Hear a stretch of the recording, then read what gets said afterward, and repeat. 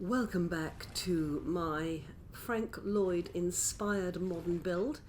This is my build on map 4 and I've returned to make a short video of it because I did not have a good enough video of the build for the little project I'm putting together, which is to gather together all my builds in one playlist. I never meant to build in this location. It was an accident. I started the world and I found I had a very good trader here who had a bed, always a plus with a trader. So I could initially settle here and then gradually I built around the trader. It's a very, very good site. Rainfall is uncommon. We have the most beautiful blue mushrooms available to us. There were bees. You can see the original bee's nest is there. Ebony is right next to me. Acacia is next to me. Mushrooms are next to me. And there has been an endless supply of hyenas volunteering both for fat and for food. I was inspired by a Frank Lloyd Wright build when I decided I would actually settle here, having built a mud hut to start with. And the build had this magnificent porch arrangement where you step up onto a porch with a very high wall and then you have this massive overhanging roof. Terribly Frank Lloyd Wright. And it worked brilliantly, I think, with the combination I have here, which is sandstone, that's the rock, sandstone cobble, bald cypress and acacia for the roof. It just looks right together. It's a building which is built in sections, so it's called tileable, and each tile, as you can see, is 2 sticking out, 3 inset. So you have a repeat pattern of 5. And the more you repeat, the better the build looks. It gives a certain quality to the build when you have this repetition that you can't easily get with a build that's in bits. I've got a big cave under me here. It's a 2-story build. And it's not meant to be even. It is meant to be uneven. Symmetry isn't something that was particularly important to Frank Lloyd Wright, and you can see we have another porch at this end. Let's go inside. I will start at the other end where you can see the building actually commenced. I have reed farms and everything going here. It's a very, very nice area to be in. Let's come through here. You can see that the porch itself I utilise when I want to, collect some mushrooms or some shells. Coming inside, I do use teleporters, and I have a couple right here. And you can see this is the sort of day-to-day working area in this end of the building.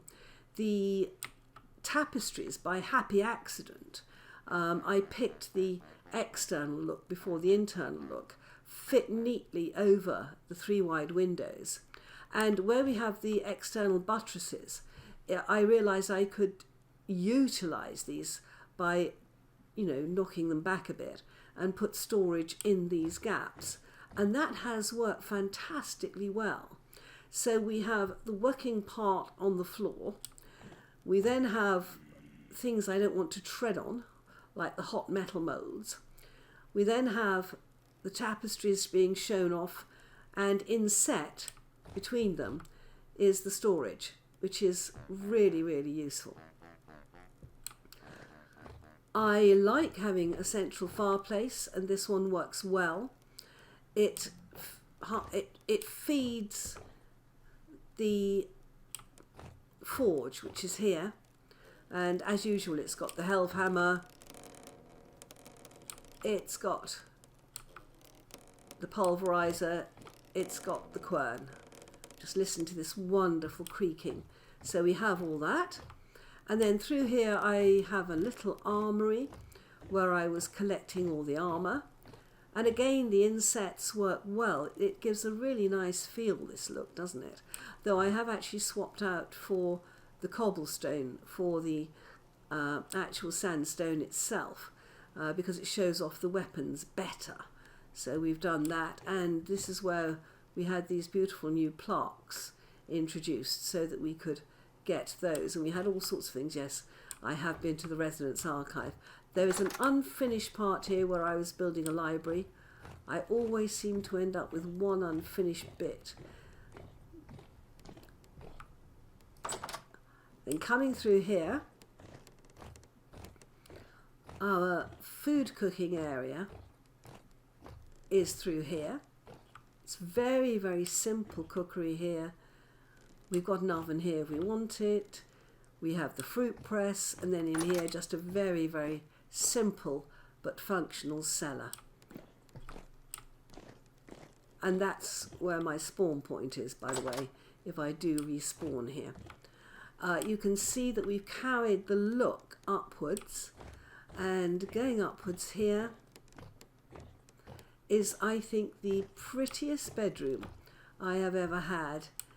We have this beautiful, beautiful look. The floor, of course, is bald cypress and forms the roof of the forge below. I found this marvellous wallpaper, which is yellow wallpaper. It doesn't look yellow. It has this wonderful pale cast to it with this block in it.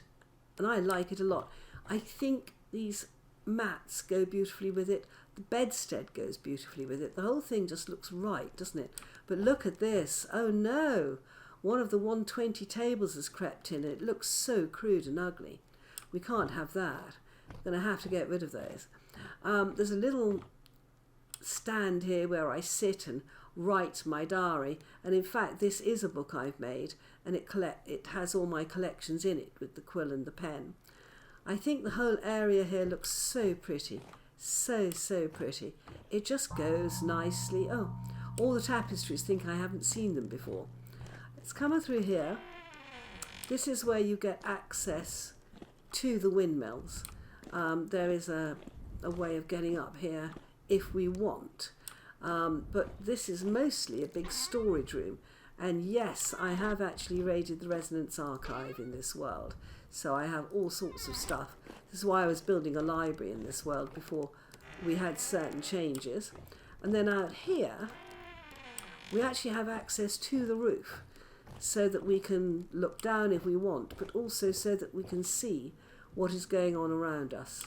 So it's a very, very nice build.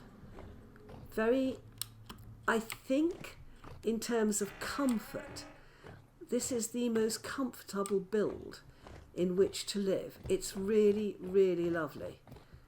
Really has been easy to work. It's been a delight to work in these light, bright circumstances. Down below, I have a drifter trap, which has caught a poor rabbit. Oh. But this is where I kill drifters during temporal storms. And then here is another storage room.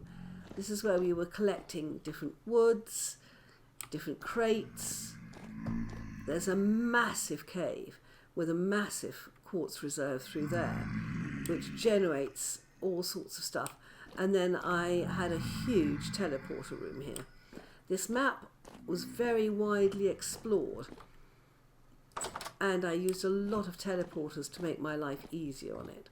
So, all in all, a very, very nice build, that one. This is the closest I've come to a Frank Lloyd Wright house.